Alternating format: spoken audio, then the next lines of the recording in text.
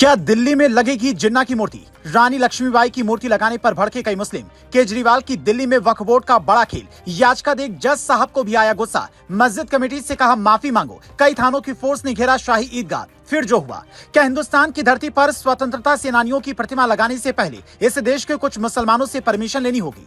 जिन्हें वक्फ बोर्ड का खेल समझ नहीं आता, वो ये रिपोर्ट देखकर समझ लें कैसे केजरीवाल के शहर में रानी लक्ष्मीबाई की मूर्ति लगाने के लिए एक पक्ष को हाईकोर्ट जाना पड़ा। यहाँ तक कि जज साहब ने भी याचिका देखी तो गुस्से से लाल होटे, क्योंकि याचिका में लिखा था दिल्ली के सदर बाजार क्षेत्र में स्थित शाही ईदगाह परिसर का इस्तेमाल नमाज पढ़ने के लिए होता है, लेकिन डीडीए अब इस जमीन पर रानी लक्ष्मीबाई की मूर्ति लगाने के बहाने कब्जा करना चाहता है। यह जमीन वक्फ बोर्ड की है। ईदगाह परिसर के पार्क में मूर्ति स्थापित होने से कानून व्यवस्था की स्थिति पैदा हो सकती है, जिसे पढ़कर जज साहब एक बार चौंक गए होंगे कि स्वतंत्रता सेनानी की मूर्ति लगाने से कानून व्यवस्था कैसे खराब हो सकती है। जज साहब तो बाकायदा ये कहते हैं कि जमीन किसी की भी हो, अगर मूर्ति स्वतंत्रता सेनानी की लगाई जानी है तो फिर आपको आगे आकर इसकी पहल करनी चाहिए थी। लेकिन मुस्लिम पक्ष के वकील नहीं मानते, जिसके बाद दिल्ली हाईकोर्ट के कार्यवाहक मुख्य न्यायाधीश मनमोहन और न्यायमूर्ति तुषार राव की खंडपीठ ने यह साफ आदेश दिया कि उस पार्क में रानी लक्ष्मीबाई की प्रतिमा लगाई जाए। इस तरह की याचिका लगाने वाली मस्जिद कमेटी माफी मांगे, सांप्रदायिक राजनीति न करे।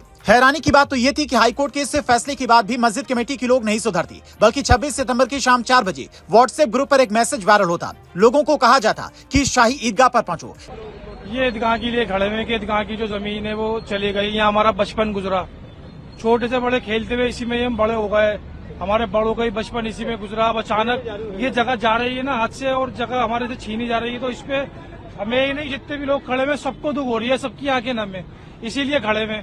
कोई हमारा किसी से कोई हिंसा करने का या कुछ भी करने का वो नहीं है। पुलिस को तो हम सर डालेंगे, पुलिस तो वैसी जो है हमारे घर जैसी बात है, इनसे कोई वो बात नहीं है ना। इनके लिए हमारे को खतरा ना हमें इनसे कोई खतरा। बस थोड़ा सा जो है दिल दुख रही है, जमीन चली गई। कोर्ट ने बहुत जल्दी फैसला कर दिया, एक तरफा हमारे हक में फैसला नहीं करा, बस इसीलिए जो है खड़े में यहाँ पर, और कुछ नहीं है। सैकड़ों की भीड़ पहुंचने की खबर जब पुलिस को लगती तो दिल्ली पुलिस के बड़े बड़े अधिकारी मोर्चा संभालने सड़क पर उतर पड़ते। आप साफ देख सकते हैं कि दिल्ली की शाही ईदगाह इलाके में कैसे सैकड़ों की संख्या में जवान तैनात हैं। किसी के हाथ में डंडा तो किसी के सिर पर हेलमेट और स्पेशल जैकेट है। पूरी की पूरी रैपिड एक्शन फोर्स मुस्तैद नजर आ रही है। साथ में खड़े अधिकारी उन्हें समझा भी रहे हैं कि अगर कोई हालात बिगाड़ने की कोशिश करेगा तो उसके साथ क्या करना है। आपको देख लीजिए, जुम्मे की नमाज भी काफी बड़ी और चुनौती भी रहेगी दिल्ली पुलिस के लिए। नमाज होती है, कोई दिक्कत नहीं आती। सर, एमसीडी ने काम रुकवा दिया गया, इसके बाद आप लोग किस तरीके से देखते हैं? सुरक्षा के किस तरह के इंतजाम किए? हमने लॉ एंड ऑर्डर के लिए प्रॉपर अरेंजमेंट कर रखे हैं एंड हम यहाँ पे लॉ एंड ऑर्डर मेंटेन करते हैं। Thank you. हालांकि पुलिस के सामने चुनौती ये भी थी कि कहीं दूसरा शाहीन बाग न खड़ा हो जाए, क्योंकि दिल्ली में जब भी ऐसी भीड़ इकट्ठा होती है तो बड़े बड़े अधिकारियों को शाहीन बाग की वो तस्वीर याद आ जाती है जहां से आंदोलन हटाने में प्रशासन के पसीने छूट गए थे। लेकिन जरा सोचिए, अगर ये शाही ईदगाह यूपी में होता तो क्या कोई इस तरह की हिमाकत कर पाता? क्या केजरीवाल खुलकर वक्फ बोर्ड का साथ देते हैं? इसीलिए कुछ लोगों ने मान लिया कि स्वतंत्रता सेनानी का अपमान करके भी बच जाएंगे। तन मन धन से केजरीवाल भी और दिल्ली सरकार भी पूरी तरह से वक्फ बोर्ड के साथ है। बंबई के अंदर इस देश का जो सबसे अमीर आदमी है,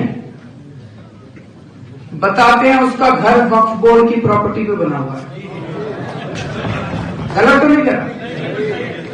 वहां की सरकार की हिम्मत नहीं है जो उसको कुछ कर दे। हमारी सरकार अगर वहां होती उसकी प्रॉपर्टी तोड़वा देती।